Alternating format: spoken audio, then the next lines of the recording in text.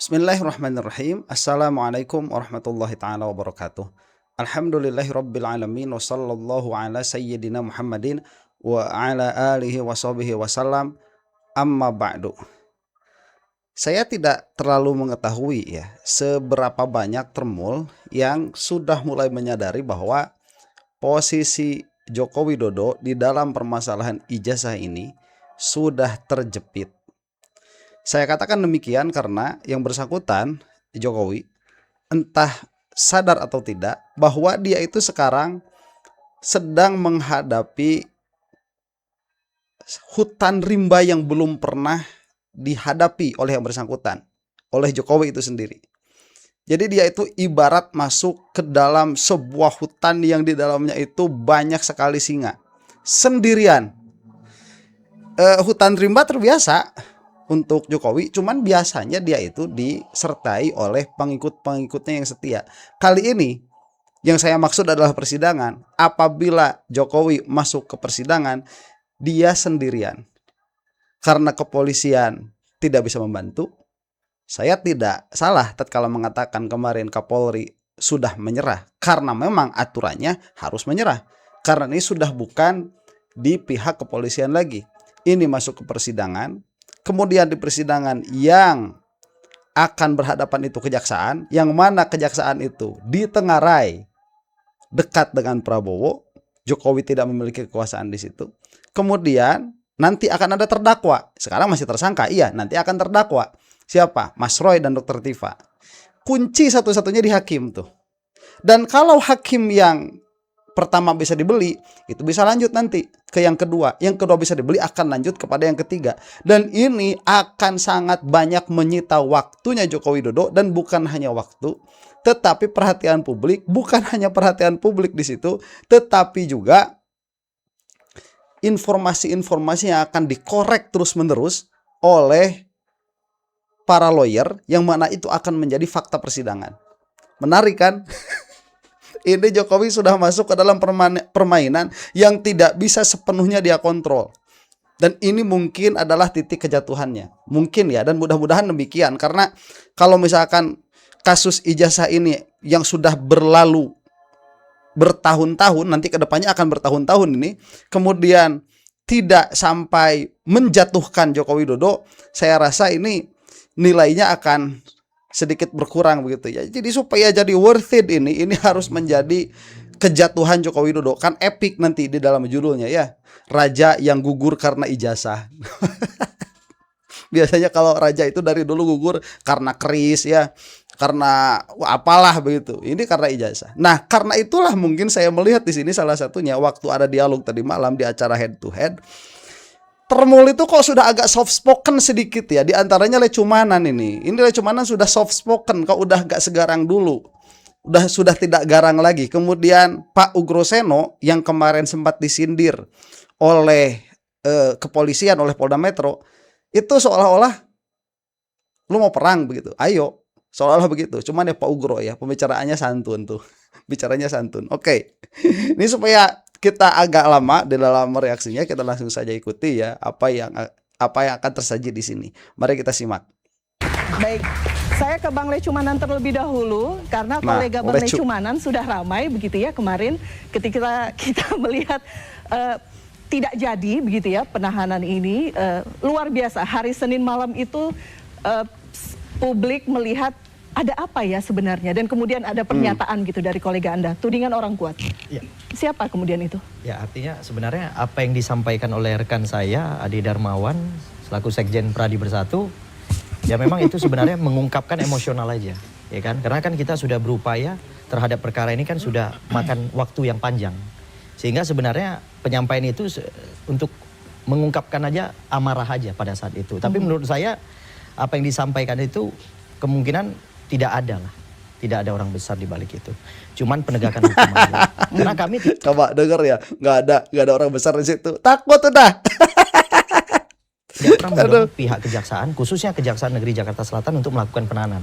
Yang pernah kami ajukan adalah kepada Polda Metro Jaya itu saja. Apa perbedaannya, Bang?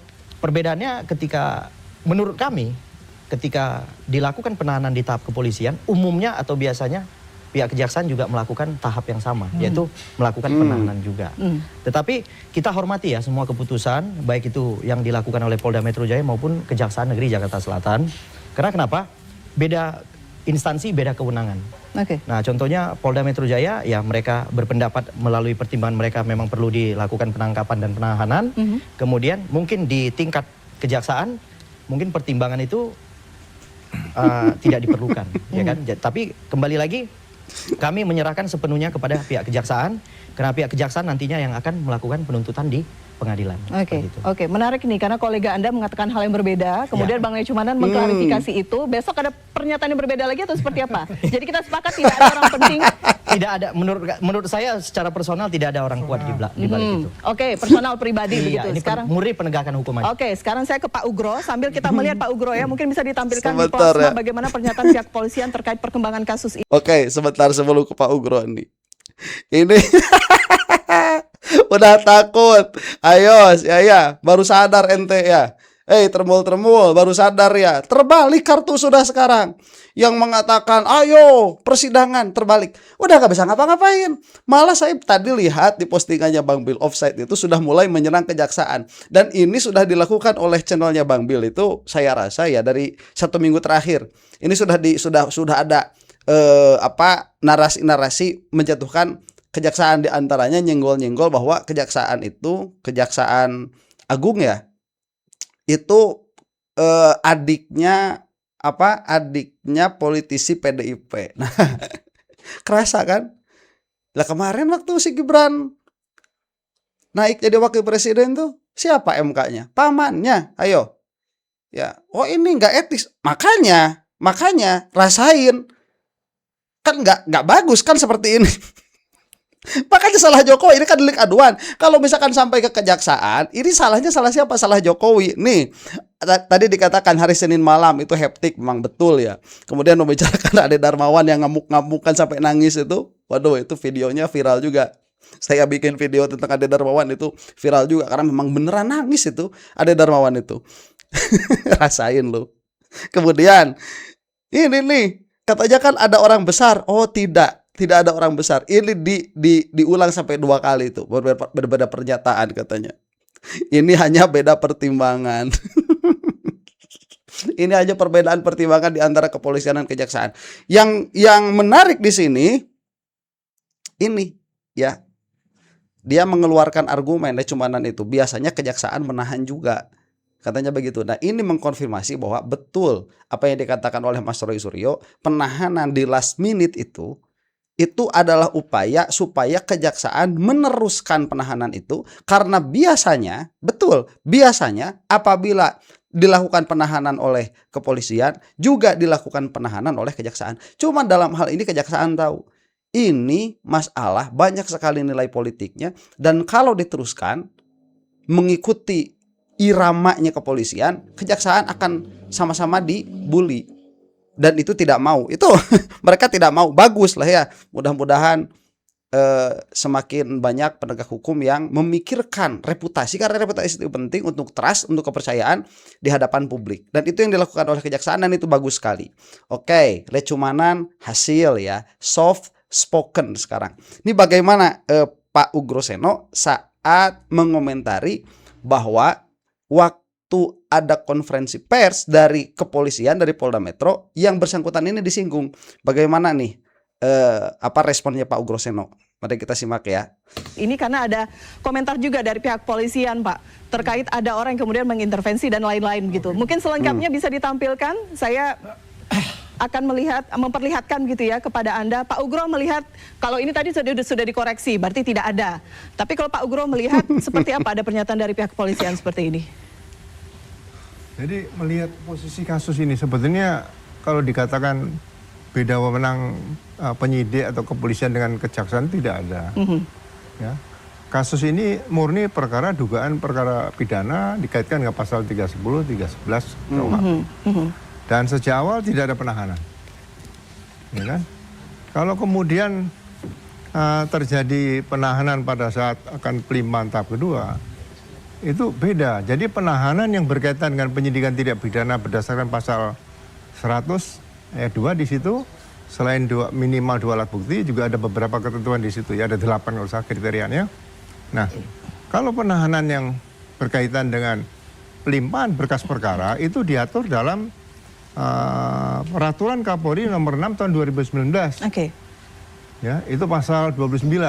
Jadi penyerahan tahap 2 itu bagi tersangka yang tidak ditahan apabila tidak kooperatif atau tidak tidak kooperatif atau diduga akan melarikan diri, dapat dilakukan penangkapan dan penahanan. Oke, saya potong di situ, sudah ditampilkan begitu di layar kami, disampaikan oleh Kombes Iman Imanuddin, Direktur Reskrimum Polda Metro Jaya pada hari Senin kemarin 22 Juni, Pak Ugro.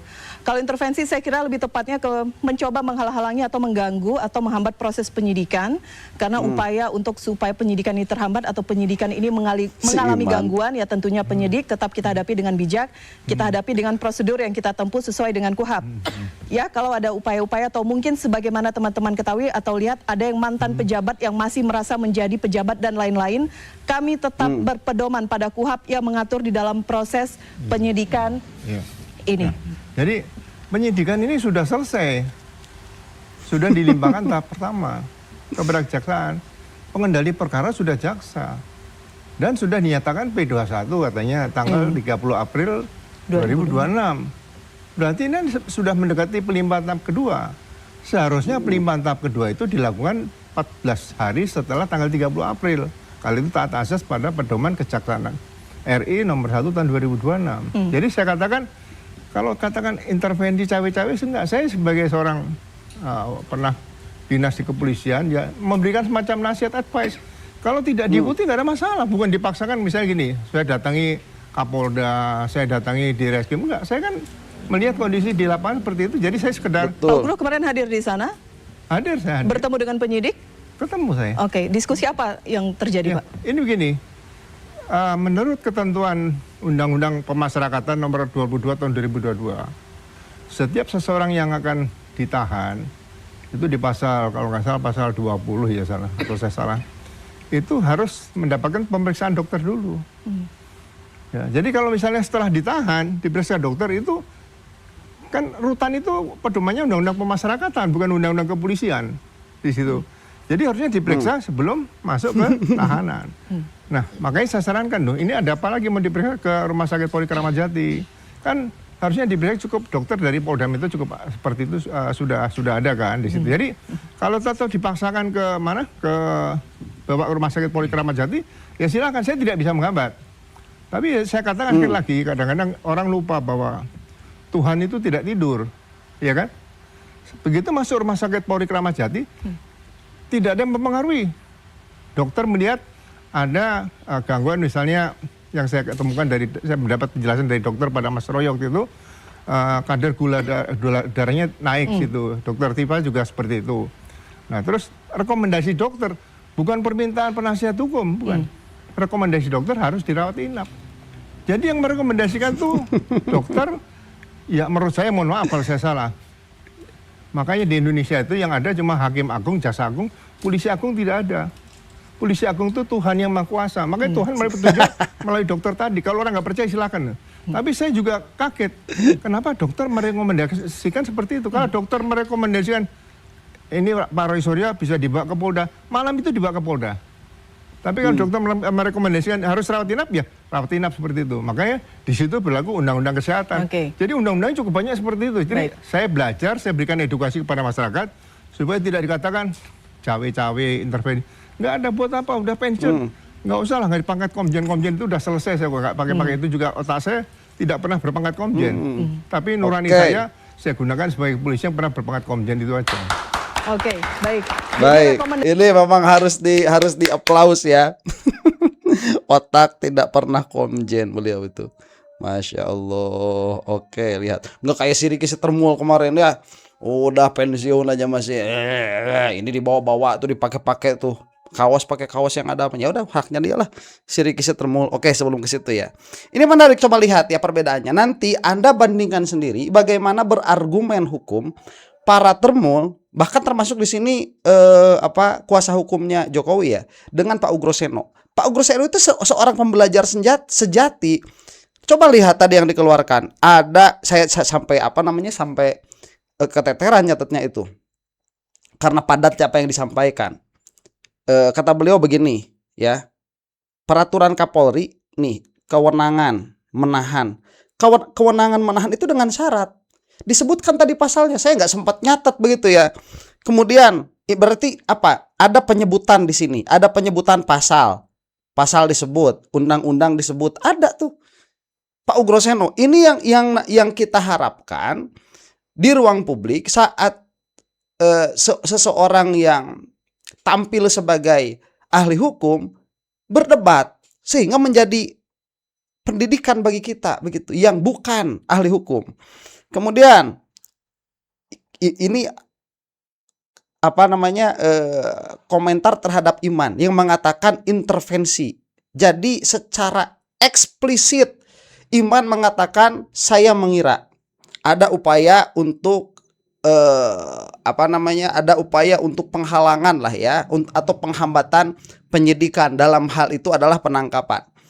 Coba bagaimana elegannya Pak Ugro Seno menyikapi itu. Beliau mengatakan, loh ini penyidikan sudah selesai. Itu fakta. Kan dilimpahkan. Kemudian saya kemarin suka mengatakan P21 itu tanggal 2 Juni ya. Ini banyak yang protes. Bukan 2 Juni katanya 30 April.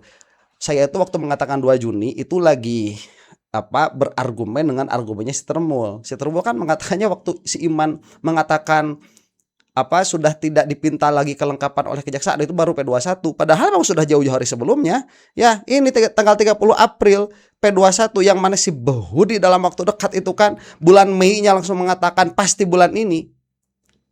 Bulan Mei-nya itu yang saya katakan itu sudah kebohongan dan itu sudah suatu tindakan kriminal sebetulnya karena penyebaran berita bohong. Memang dan Pak Ugro mengatakan ini kalau 30 April sudah P21 seharusnya ini juga pelanggaran tersendiri begitu. Kenapa dari P21 tanggal 30 April nih baru dilimpahkannya kemarin tuh. Ya pertengahan Juni, hampir akhir tanggal 19. Makanya itu betul memang kalau buat kadonya si Jokowi itu. Kemudian beliau mengatakan, lah kok dikatakan ada intervensi. Ini kata Pak Ugro nih, tidak ada cawe-cawe. Intervensi itu cawe-cawe, misalkan datang ke Kejaksaan Agung silaturahmi ke rumahnya, itu baru intervensi. Yang beliau lakukan itu apa? Melihat kondisi di lapangan. Kan menyertai itu Pak Ugro. Coba kalau bukan Pak Ugro yang menyertai, itu polisi-polisi bakal punya hormat nggak? Enggak. Pak Ugro Seno itu tahu sekali para kepolisian yang ada di Indonesia mentalnya itu mental menjilat, sampai purnawirawan pun masih dijilat, dan itu tahu betul bukan bagus itu ya. Cuman Pak Ugro itu tahu begini kepolisian Indonesia mah harus beliau yang turun tangan. Beliau turun tangan untuk apa? Untuk melihat keadaan di lapangan, bukan untuk cawe-cawe.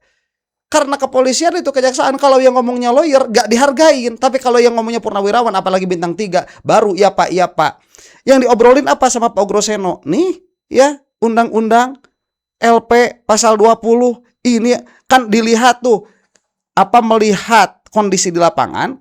Kemudian dulu itu melihat ada penyimpangan. Apa penyimpangannya? Ini nih undang-undang yang berlaku LP pasal 20 yang berlaku itu apa? Kalau kerutan tuh undang-undang LP, bukan penyidikan lagi. Itu disebutkan. Ini kalau yang ngomongnya lawyer bodoh amat begitu. Padahal yang diomonginnya benar, maupun baik itu lawyer yang mengatakan atau bahkan misalkan yang mengatakan itu Mas Roy sendiri tanpa diwakili oleh siapapun. Mas Roy mengatakan, "Pak, ini bertentangan dengan undang-undang sekian-sekian yang disebutkan oleh siapa? Pak Ugro Seno tadi ini di sini." Harusnya penyidik itu mendengarkan dari siapapun keluarnya itu, tapi mereka nggak mau dengar. Makanya Pak Ugro turun. Makanya marah si Iman itu. Ya iyalah. Kalau katakan intervensi, padahal bukan intervensi, itu mah menyadarkan kamu itu salah. Dan masalahnya kepolisian tidak bisa melihat undang-undang, yang dilihatnya itu orang yang ngomong. Makanya saya bilang penyidik itu kemarin bego, bukan mereka itu nggak bego, mereka itu ngerti, cuman nggak mau nurut. Enggak, mereka itu sudah pada level bego.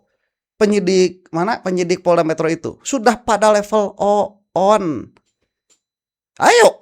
Ayo siapa penyidik Polda Metro yang gak terima sama saya ngomong begitu? Ayo kita ngobrol, kita debat. Mereka nggak bakalan punya nalar filosofis, gak bakalan punya nalar itu. Bagaimana cara memahami hukum yang kompleks seperti itu dari dasar sampai jadi undang-undang, gak bakalan punya. Saya bisa menjamin itu mah. Si imannya juga gak bakalan bisa. Saya bisa menjamin itu. Kemudian ya tidak bisa menghambat. Betul, emang gak bisa menghambat kalau pakai bawa bedil begitu ya, bawa bambu runcing baru namanya menghambat. Ini kan ngobrol, kamu itu salah. Lah kalau misalkan kejaksaan merasa tidak salah, keluarin lagi undang-undangnya, kan bisa diambil tuh Roy Suryo. Kenyataan bahwa dia diam, dua kemungkinannya. Dia baru sadar karena tadinya gak baca undang-undang. Kemungkinan pertama. Kemungkinan kedua, karena emang takut sama Pak Ugro. Begitu. Apakah itu intervensi? Bukan, kebodohan penyidik sudah. Ya, oke. Nah ini sekarang kita lihat, ini masih ada ya, tuh ya yang berlaku undang-undang kesehatan, bukan intervensi, memang kedokteran yang menyatakan begitu. Masa kedokteran yang menyatakan begitu, kemudian kalau kedokteran dokter sudah menyatakan demikian, yang berlaku undang-undang kesehatan, masa masih tetap mau diambil kan? Melanggar peraturan itu. Ini Pak Ugro sudah betul. Ya kita lanjutkan dulu nih. Rekomendasinya Siapa ketika nih kemudian di ngomong rumah sakit itu adalah dari pihak rumah sakit atau dokter, begitu ya Pak? Dokter, iya. Bang Andi, kecewa Saya sepertinya ketika Azwan. penahanan tidak terjadi. Ya, banyak masyarakat juga pasti akan kecewa kalau seperti bahwasannya si tidak Andi. terjadi penahanan ya. Karena ya terus terang aja kalau kita lihat proses yang dikatakan quote unquote dramatisir itu ya, yang penangkapan itu ya memang itu sebuah surprise juga kepada masyarakat Indonesia ya. Drama itu maksudnya gimana? Kalau Buat drama Jokowi. kan skenario-nya tuh. Ya enggak, ini jadikan proses penangkapan itu ya memang juga banyak yang menunggu-nunggu. Ini kan biar ini segera untuk dilanjutkan dalam proses pengadilan nantinya. Karena ini cukup lama, setahun lebih ya kan. Ya, kita kan lihat sendiri bagaimana ya luar biasa ya kalau kita bicara dengan Mas Roy Suryo ini. Karena stamina luar biasa sekali gitu loh. Apapun diglorifikasikan untuk itu. Dan kita lihat bagaimana ketika ditangkap ya, terus juga bagaimana tatapan matanya gitu kan. Kemudian masuk dan dibawa ke Polres Kramat Jati. Nah, di situ kita kaget. Loh, kenapa masuk di ruang perawatan? Semua juga pasti akan bertanya-tanya, kenapa masuk di ruang perawatan? Kan nggak ada informasi yang jelas untuk itu. Ya. Kan semuanya kan sehat-sehat aja, sampai luar biasa kan, kayak semangatnya itu kan. Nah itu kan tiba-tiba masuk gitu loh. Nah kan orang juga teringat pada tahun berapa, 2019 atau 2020 yang lalu, kasus Stupa kan begitu. Kasus apa Pak? Stupa dulu, ya pemikiran kan akan ke sana larinya gitu ya kan. Nah kan pas keluar kan, ya Dokter Tifa itu lemas ya Pak, pakai ini, kan berangkatnya kan nggak ada problem sama sekali. Nah itulah menimbulkan suatu pertanyaan ya, terlepas bahwa itu memang ada wewenang dari pihak kedokteran ya, dari pihak dokter dari rumah sakit Polri itu. Tapi ini harus memang diinfokan gitu loh. Ini ada apa sebetulnya kan gitu. Ya jadi masyarakat menanyakan itulah. Kami pun juga menanyakan itu gitu ya. Terlepas dari yang the next chapter-nya itu di kejaksaan ya kan. Kita lihat kan waktu dibawa ke kejaksaan kan ini kayak bukan orang sakit gitu loh. Luar biasa gitu. Jadi tidak terlihat sakit, Tidak tapi terlihat kenapa dirawat? sakit, ya tapi dirawat gitu kan. Dan itu ada pengakuan suatu privilege kan, dikatakan juga ketika mereka diperiksa terus ditangguhkan. Dikadalin. Kan ada privilege bahwa mereka dirawat di mana? Di ruang VIP. Oke. Ya kan, itu juga pertanyaan lagi kepada masyarakat selain ya bahwa mereka tidak ditahan untuk itu. Karena ini apa yang dikatakan itu tadi merupakan suatu anomali gitu loh. Biasanya kan kalau katakan dipakai rompi orange ya, tahanan waktu dibantarkan itu kan ditahan. Kalau waktu dibantarkan itu biasanya di kejaksaan dia diteruskan gitu. Ya. Jadi itu juga satu pertanyaan juga kan di mata masyarakat. Saya juga mewakili masyarakat lah untuk bicara itu. Karena ada suatu penjelasan yang mewakili termol. Inilah yang bisa diterima oleh masyarakat. Biar dapat jawabannya umum. langsung ya. Bang Sangaji, betul nggak dapat Baik, privilege? sebentar. Coba lihat tuh. Ya, itu jadi soft spoken juga Andi Azwan. Nih, biar kita masuk ke Pak Sangaji ya, biar kita nggak lama-lama. Ini ada yang mau saya highlight lagi sedikit. Ini ada, kenapa masuk ruang perawatan? Lah kemarin polisi udah ngomong. Polisi itu pengen memiliki ingin memiliki penilaian dari masyarakat menjaga HAM. Itu polisi, karena kalau langsung, wah rusak lagi, lebih rusak lagi kepolisian. Itu mah udah, kenapa ditanyain sama polisi. Kenapa suruh perawatan? Ya polisi yang masukin mereka ke sana, dirawat di VIP. Polisi, kepolisian yang memasukkan mereka ke ruang VIP. Dokter Tifa sampai mengatakan terima kasih. Kemudian kenapa menjadi sehat lagi? Ya, dikadalin kamu itu, Andi Azwan.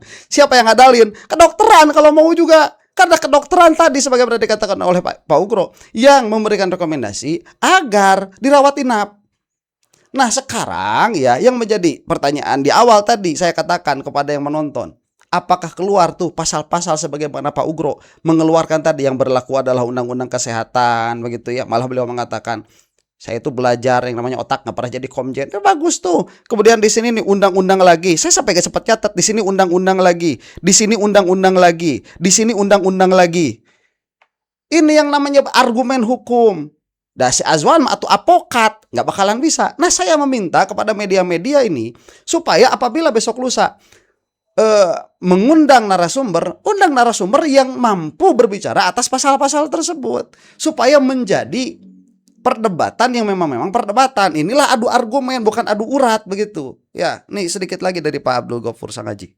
Mas Roy sama Dr. Tifa kemarin di ruang VIP ketika di rumah sakit Polri ya, Kramat Jati. Ya, justru sayalah salah satu anggota tim kuasa hukum yang mendampingi Mas Roy pada saat mau ditahan ya. Setelah ditangkap, kemudian ditaruh, bukan diperiksa ya. Jadi harus dibedakan antara penangkapan dalam rangka penyidikan dan penangkapan dalam rangka yang tidak jelas. Ya. Yang kemarin dalam rangka? Sebenarnya ini kan dalam rangka disebutkan penyerahan tersangka dan barang bukti. Kalau penyerahan tersangka dan barang bukti ya tinggal. Justru kami menunggu surat undangan dari Polda Metro Jaya. Tetapi kemudian tiba-tiba pada hari Jumat itu kemudian dilakukan penangkapan yang ya begitu dramatis lah. Ya. Tidak sesuai KUHP juga. Tidak sesuai dengan semangat dan spirit daripada hukum acara pidana kita yang baru, hukum pidana material kita yang baru, yang lebih menekankan pada prinsip penegakan hukum yang tentu harus lebih humanis. Beda dengan kita punya KUHP baru, Wetboek van Strafrecht, kolonial Hindia Belanda. Kan? Pemenjaraan itu kan adalah salah satu yang sangat terasa di dalam KUHP kita yang dulu gitu. Sekarang di KUHP kita yang baru, ancaman hukuman pidana misalnya atau vonis misalnya bukan hanya sekedar pidana pokok penjara, tetapi ada kerja sosial, ada pengawasan, ada hukuman percobaan. Artinya para pembuat undang-undang itu sebenarnya telah menggeser paradigma hukum pidana yang warisan kolonial Belanda, teori retributif ya, kita sebut di dalam ilmu hukum pidana disebut teori retributif, yaitu adalah mengkerangkeng seseorang secara berlebihan gitu. Itu yang sebenarnya sudah tinggalkan. Tetapi nyatanya dengan KUHP dan KUHP baru kita masih merasakan itu. Pada saat Polda Metro Jaya melakukan penangkapan, kami melihat ya tidak ada urgensi hukum. Ya. Apa urgensi hukumnya harus dilakukan penangkapan jam 7 pagi dan kami sudah punya bukti-bukti juga. Yang itu juga mungkin akan jadi, bukan mungkin ya, tapi itu juga akan jadi salah satu bukti kami dalam gugatan pra peradilan di hari Senin ya. Ya karena kami merasa bahwa loh kok bisa penangkapan seperti ini gitu loh. Ini kan deliknya kan cuman dugaan pencemaran nama baik dan fitnah. Baik, sudah selesai itu ya, habis waktu saya. Silakan lihat sendiri. Saya sudah membuktikan Pak Abdul Ghafur Sangaji melihat permasalahan ini dari filsafat hukum. Tuh keluar bahasa-bahasa tuh, ya ini harus humanis. Kemudian ada menyebutkan aturan kolonial, Wetboek apa tadi saya tidak sempat menangkapnya. Kemudian sekarang itu diupayakan hukuman yang lebih variatif, bukan hanya mengerangkeng, karena mengerangkeng itu hanya asalnya dari mana? Dari teori retributif yang kita kenal begitu sekarang. Sedangkan sekarang maunya lebih humanis. Ini tidak ada urgensi hukum. Coba lihat ya. Ini argumennya Pak Abdul Ghafur Sangaji, si apokat mah ya apalagi nanti lihat si Rifai juga. Sobat lihat aja sendiri ya, tidak ada argumen hukumnya. Demikian, mudah-mudahan kita semua ada dalam lindungan Allah Subhanahu wa taala kecuali terbul. Mudah-mudahan cepat habis. Wallahu taala alam bisawab. Untuk Anda yang mau terbul, assalamualaikum warahmatullahi taala wabarakatuh.